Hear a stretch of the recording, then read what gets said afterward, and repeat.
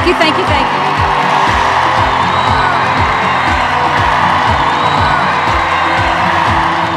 I interviewed Dustin Hoffman one time when I was doing my local television show.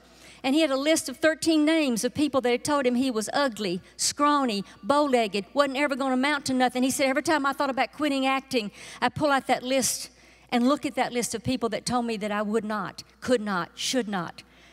We let people tell us what we should do. We have people tell us what we should not do. Do me a favor, from now on, don't let people should on you anymore. People have been shoulding on you for years. In fact, you should on yourself sometimes. You ever hear what you say, your self-talk? The affirmations. Muhammad Ali, I had a chance to interview him when he was Cassius Clay, and then I interviewed him as Muhammad Ali, and he happens to be a neighbor now. I doubt if he brags about that so much, but he is. Muhammad Ali had an affirmation, I'm the greatest. I'm the greatest. How many of us say that to ourselves, I'm the greatest? He happened to be on. And I got to tell you, I never intended to be a public speaker. I intended to be Tina Turner.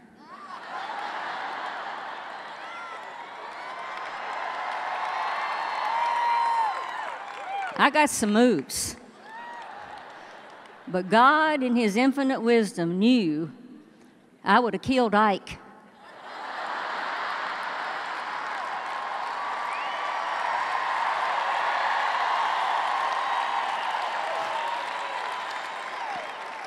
Because you see in the South where I grew up, daddies teach their little girls how to reload.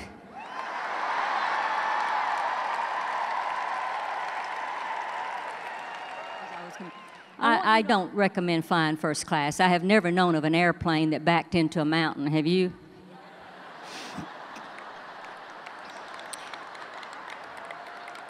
I walk by those people in first class and I say, suckers.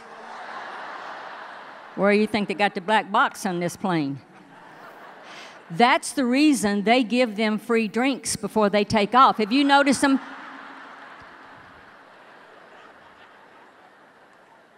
And that's the reason they shut the curtains, so they won't escape.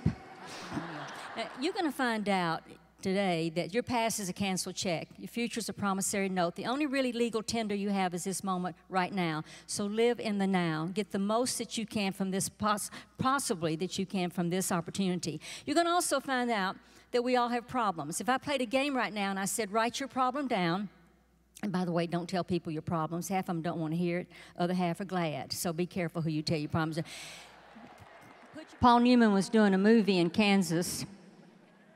And there was a convention, and ministers' wives were there, and they'd heard that Paul Newman was in town. They said, what if we ran into Paul Newman? We wouldn't act stupid and silly and run and get autographs. I know time is up. I can read that really good. Time is up. Jeff, you don't want me to leave his story out. You won't even send me a check if I leave his story off. So lo and behold, they're doing a little retail therapy, and they're out shopping, and they find out, they run into, as they're going into Baskin-Robbins, Paul Newman.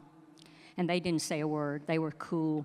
Ordered their ice cream, went out on the sidewalk and fell apart laughing. Did you see his blue eyes? He's so handsome. They were just scared. And the sister said, where is my ice cream cone? I paid you for it. She said, oh, I got so scared. I left the ice cream. She said, I don't care who's in there. You go in and get my ice cream cone. So she went and she said to the young man behind the counter, she said, son, I paid you for an ice cream cone, but I left it in here. He said, ma'am, I don't have your ice cream cone. Now, when you think about your Narian business, I want you to think about this. Paul Newman tapped her on the shoulder and said, ma'am, it's in your purse.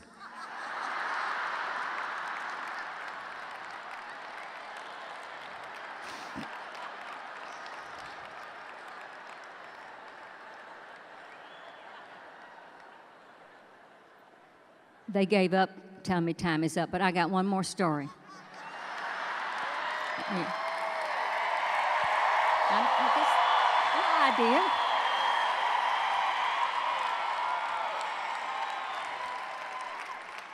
Y'all might as well get comfortable. Thank you, thank you, thank you, thank you.